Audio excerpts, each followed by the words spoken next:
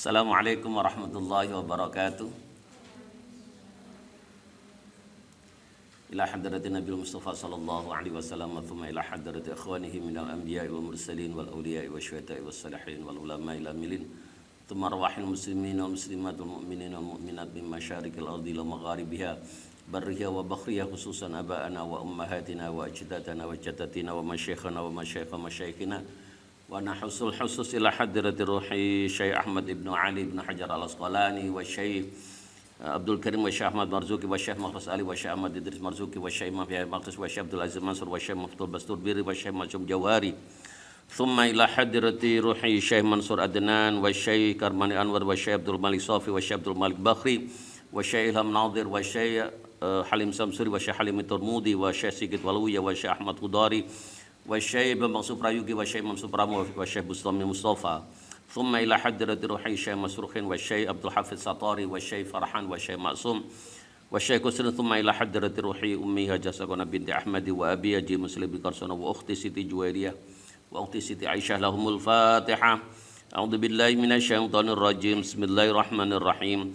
Alhamdulillahirabbil alamin arrahmanir rahim maliki yaumiddin. Iyyaka na'budu wa iyyaka nasta'in ihdinas siratal mustaqim. Siratal ladzina an'amta 'alaihim ghairil maghdubi 'alaihim waladdallin. Amin. Bismillahirrahmanirrahim. Wa an Aisyah radhiyallahu anha anna an-nabiy sallallahu alaihi wasallam qala laha. Wa an Aisyah telah saya Aisyah radhiyallahu anha dari sabda Allah anna sangking Aisyah anna Nabi sallallahu alaihi wasallam sedene Nabi Muhammad sallallahu alaihi wasallam iku qala ngendika sapa jeung Nabi laha ketuwe Aisyah. Napa ketika jeung Nabi lau mutti qabli la ghasaltuki. Lau mutti yen to mati sira yen to sedo sira qabli sadurunge ingsun la ghasaltuki mongko bakal ngedusi ingsun ki ing sira. Al haditha ing ikilah hadis.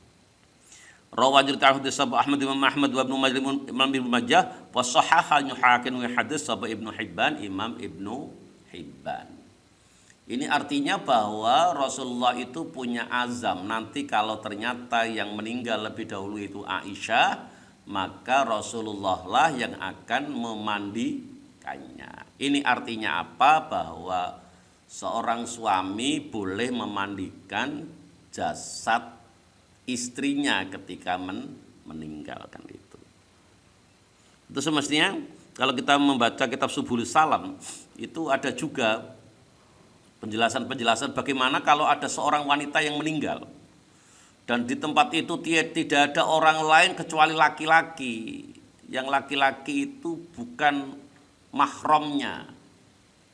Mahram itu apa sih mahram itu? Mahram itu adalah orang yang diharamkan untuk menikahinya. Tidak ada. Maka bagaimana?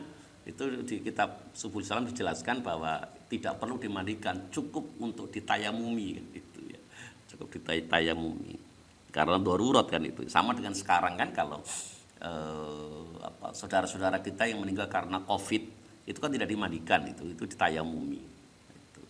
Itu. Jadi ad-daruratu tubihul mahdurat. Jadi karena darurat maka sesuatu yang dilarang itu akhirnya diperkenankan. Ngaten. Wa an Asma bin Umais binti Umais radhiyallahu anha sakifat Asma binti Umais radhiyallahu anha anna Fatimah radhiyallahu anha Sri Fatimah radhiyallahu anha iku ausat memberikan wasiat sapa Fatimah ayu ghasilaha yen to ngedusiha ing Fatimah sapa Aliun Sayyidina Ali karamallahu wajhaha. Rawajir terhadis sab ad-Daruqutni Imam Daruqutni. Siapa Asma binti Umais? Asma binti Umais itu sejauh yang saya tahu nikah pertama dengan Ja'far bin Abi Thalib. Ketika Ja'far bin Abi Thalib itu meninggal dalam perang apa namanya? Yang kemarin saya jelaskan itu. Perang Mu'tah. Tidak perang Mut'ah ya, perang Mu'tah. Ketika ditinggal mati oleh suami pertamanya Ja'far bin Abi Thalib, maka Asma bin Umais dinikahi oleh siapa? Dinikahi oleh Abu Bakar. Suami pertamanya panglima perang. Suami keduanya khalifah. Dan ketika pada waktunya Abu Bakar itu wafat, Asma bin Umais dinikahi oleh Ali bin Abi Thalib setelah Fatimah wafat. Jadi Asma bin Umais itu seorang wanita yang sangat mulia kan itu. Suaminya panglima perang, khalifah. Itu luar biasa ini kan. Luar biasa. Jadi Asma bin Umais itu menceritakan bahwa Fatimah itu berwasiat, nanti kalau saya wafat, maka Ali bin Abi Thalib suaminya lah yang harus memandikan, karena memang betul yang wafat lebih dahulu itu Fatimah ya, Fatimah. Rawan juga hadis sahabat Daruqutni, Imam Daruqutni. Wa an Buraidah radhiyallahu anhu, saking Buraidah radhiyallahu anhu fi qissatil ghamidiyati, saking ceritane wanita Ghamidiyah, allati amara kang perintah sapa Nabi sallallahu alaihi wasallam jeung Nabi Muhammad sallallahu alaihi wasallam bi rajmiha, kelawan merajam wanita Ghamidiyah itu fi zina, disebabkan karena zina. Apa sih merajam itu? Merajam itu adalah seorang wanita atau seorang laki-laki yang sudah nikah, sudah pernah nikah atau sudah nikah tetapi tetap melaksanakan zina, itu namanya zina muhsan. Dan itu cara mengkisosnya adalah tubuhnya itu dimasukkan ke tanah separuh, dilempari dengan batu kecil, tidak batu besar kan itu. Kalau batu besar kan sekali dilemparkan blek langsung mati, terlalu enak kan itu dilempari batu-batu kecil sampai meninggal kan itu. Jadi itulah dosa ya. Jadi itu menebus dosa dari perbuatan zina ya, zina muhsan kan itu. Tetapi ternyata kepada wanita yang dirajam disebabkan karena zina itu, kala ngendika sapa Buraidah, tsumma amara mengkono perintah sapa jeung Nabi biha kelawan Ghamidiyah itu, fasulliya yen to mongko den salati sapa alaiha wanita Ghamidiyah itu, wa tufinat lan den pendem sapa wanita Ghamidiyah. Rawahu hadis sapa Muslimun, Imam Muslim. Jadi terhadap wanita yang meninggal disebabkan karena dirajam, karena dikisos pun itu Rasulullah memerintahkan agar mayat itu disolati. Tidak hanya disolati di sini kan itu, tidak hanya disolati tetapi juga diperintahkan untuk ini fasuliyat, disolati dan dimakamkan. Tetapi di sini hadis ini tidak menjelaskan apakah Rasulullah ikut sholat atau tidak kan itu. Karena memang ulama ada yang berpendapat ini berdasarkan satu hadis-hadis yang terkait itu. Jadi ulama berpendapat bahwa seorang imam, apalagi dia Rasulullah, maka tidak diperkenankan untuk hukumnya makruh manakala mensolati fasik. Jadi fasik itu adalah seorang muslim yang berbuat dosa, salah satunya berbuat zina. Atau nanti ada hadis berikutnya itu bagaimana kalau ada orang yang bunuh diri kan itu, seperti itu kan itu. Jadi ini yang imam-imamnya tidak diperkenankan, tapi muslim-muslim lain tetap diperintahkan oleh Rasulullah untuk mensolati. Ngeten.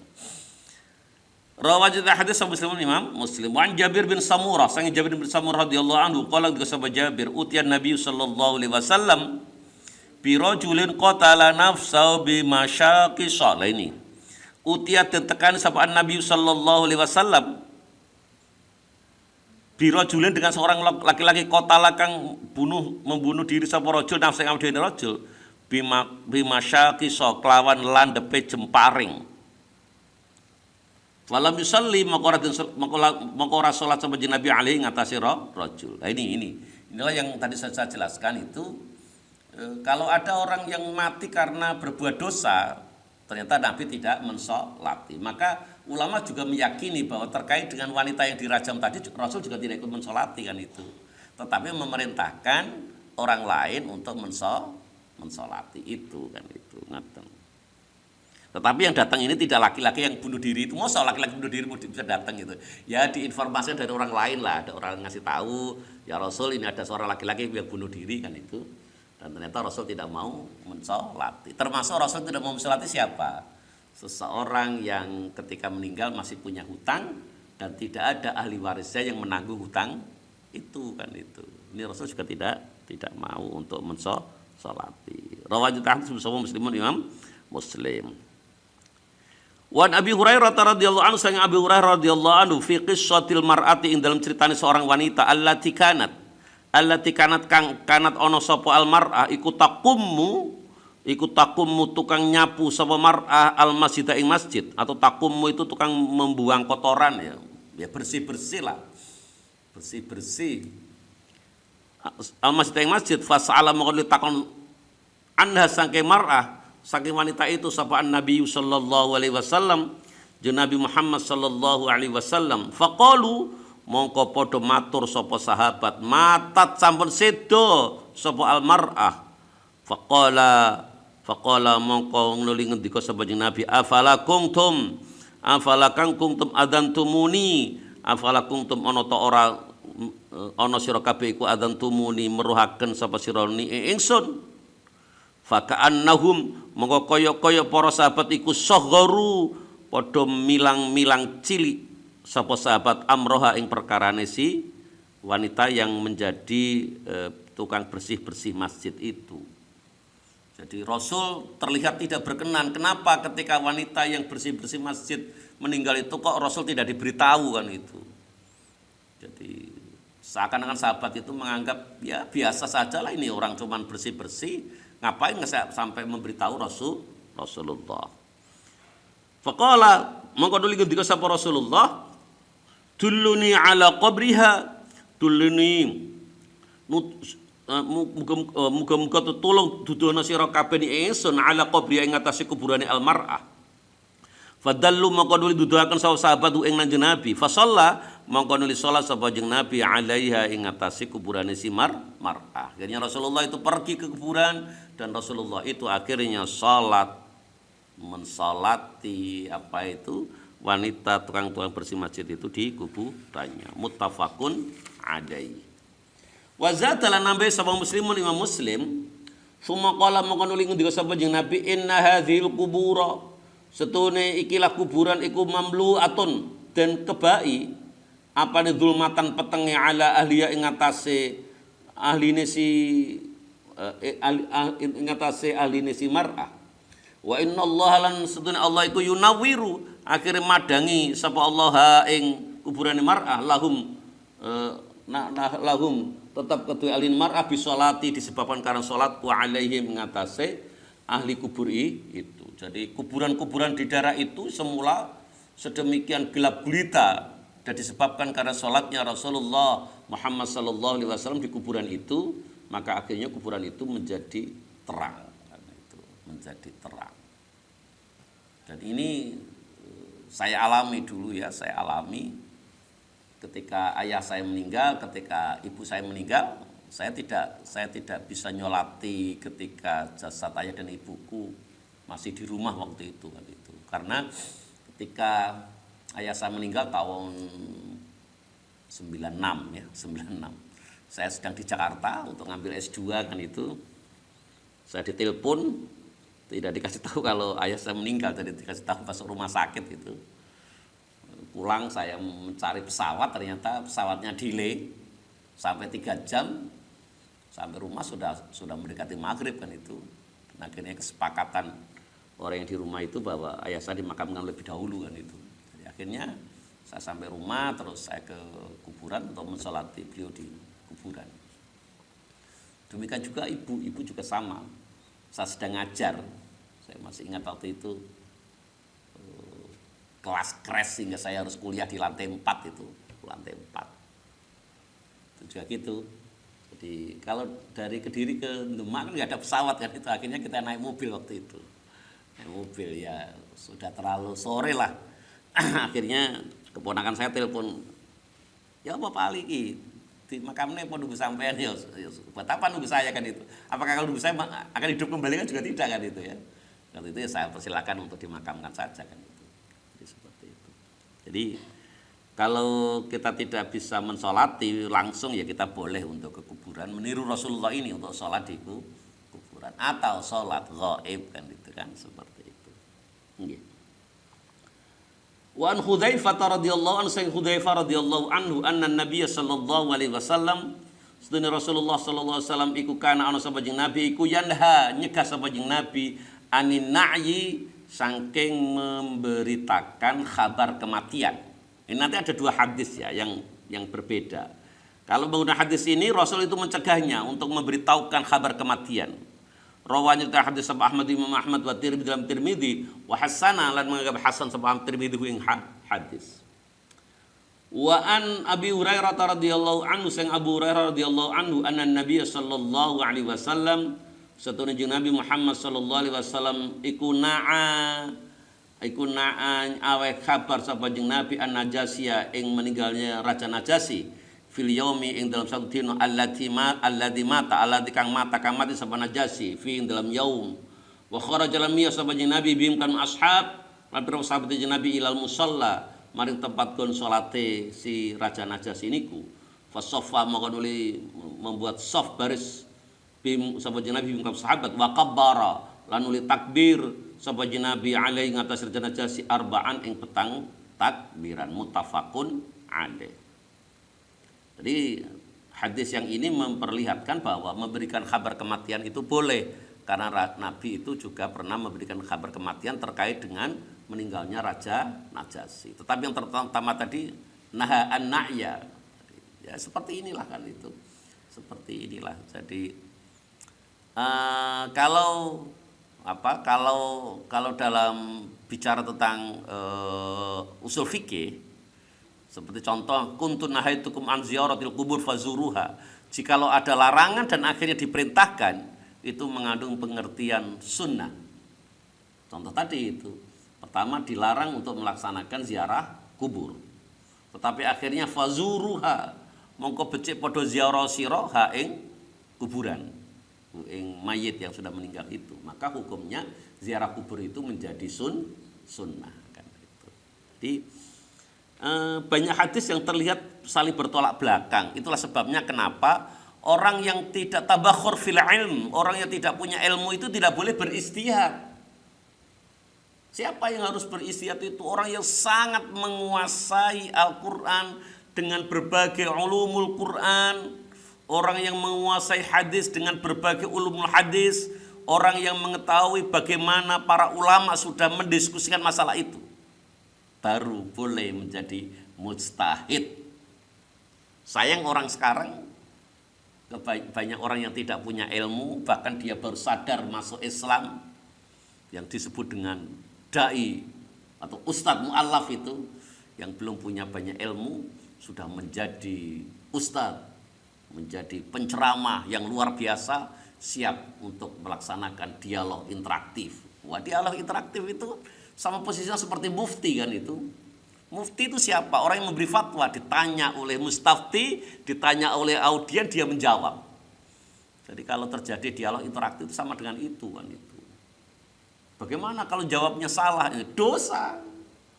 Jadi seorang mufti itu kalau dia menjawab dan salah itu dosa. Bagaimana orang yang mengikuti pendapatnya? Seluruh yang mengikuti pendapatnya seorang mufti yang salah, seluruh mereka juga dosa. Dan ini ada dannya ini, dan seluruh dosa yang diakibatkan oleh seluruh jamaah yang melaksanakan fatwa yang salah itu akan ditanggungkan, akan ditumpahkan, akan dipikulkan kepada mufti yang fatwa salah itu tanpa mengurangi dosa-dosa orang yang mengikuti satu fatwa yang salah. Nah, makanya seyogyanya umat Islam itu tidak mengundang dai-dai yang masih belajar, yang baru masuk Islam kan itu jangan diundang. Andai kata diundang jangan disuruh ngomong masalah agama lah kan itu. Jangan disuruh ngomong masalah agama. Jangan ngomong masalah hukum, bagaimana hukumnya. Wong dia sendiri tidak tahu kok. Nah, itu kan itu. Makanya ada seorang laki-laki tanya kepada Imam Ahmad Ibnu Hanbal, itu diabadikan dalam satu kitab I'lamu Muwaqqi'in Rabbil Alamin yang ditulis oleh Ibnu Qayyim Al-Jauziyah. Laki-laki itu bertanya kepada Ahmad ibnu Hanbal, ya Imam, ya Syekh, kalau ada seseorang yang hafal 100.000 hadis, apakah dia layak disebut dengan faqih?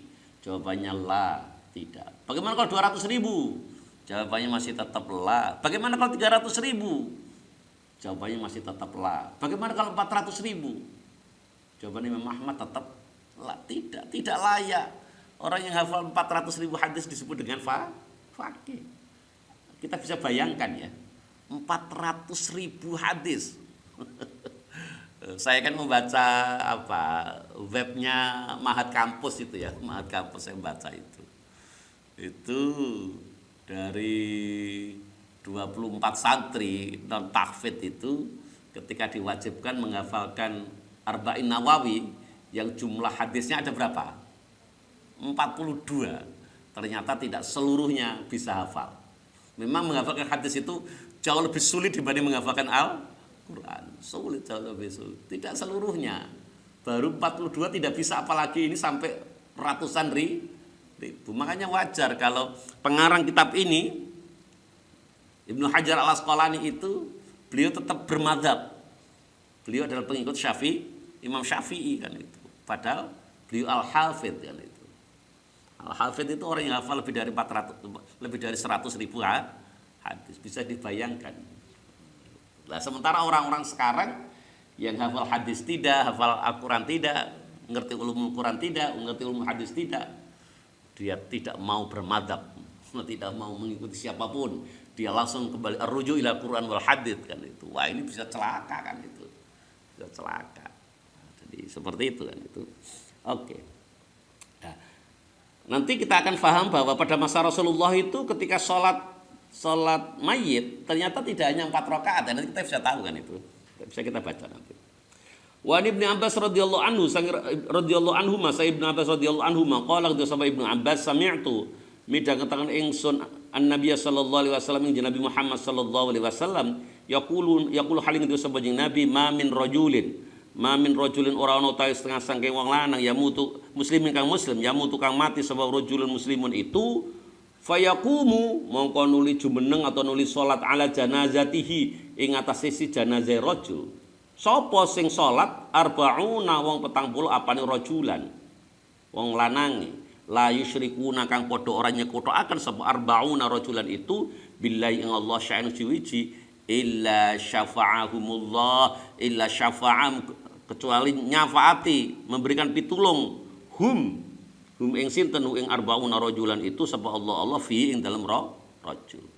Jadi kalau ada orang meninggal yang mensolati ada 40 orang, yang 40 orang itu tidak ada satupun yang musyrik, ya, yang musyrik, maka dengan barokah sholatnya orang 40 itu Allah akan memberikan pertolongan kepada siapa? Kepada mayit yang disolati 40 orang. Luar biasa kan? Seperti itu kan itu. Jadi oleh karenanya kenapa kita itu harus senantiasa berbuat baik terhadap sesama. Terkadang orang itu lebih mengejar karir dibanding mengejar apa? Mengejar nilai manfaat diri kita. Jadi karirnya dikejar. Bermanfaat untuk orang itu urusan belakang. Jangan sampai seperti itu. Yang benar itu dua-duanya. Karirnya juga berjalan lancar, itu juga berjalan lancar. Caranya ngoten kan itu. Jadi oleh karena itu ini harus kita perjuangkan bareng-bareng kan itu. Oke. Saya tambah satu. Wan Samurah bin Jundub radhiyallahu anhu qala nggih sapa Samurah sallaitu salat sapa ingsun waraan Nabi sallallahu alaihi wasallam ing brinjing Nabi sallallahu alaihi wasallam ala mur'atin ing atase seorang wanita mata kang mati sapa imro'ah fi nifasia ing dalam waktu nifase si imro'ah. Faqama mongko jumeneng sapa jeung Nabi wasatoha ing tengahe si imro'ah yang mati itu muttafaqun alaihi. Jadi kalau cara mensolati seorang wanita itu posisi imam di mana? Di tengah-tengah mayit. Ya, jadi tengah-tengah mayit. Muttafaqun alaihi. Ai hadza muttafaqun alaihi. Hadis ini disepakati oleh Imam Bukhari kali Imam Muslim. Saya pikir ngoten. Monggo kita tutup bersama pengajian kita pada pagi hari ini dengan doa kafaratul majlis. Subhanakallahumma bihamdika asyhadu an la ilaha illa anta astaghfiruka wa atubu ilaik. Wassalamualaikum warahmatullahi wabarakatuh.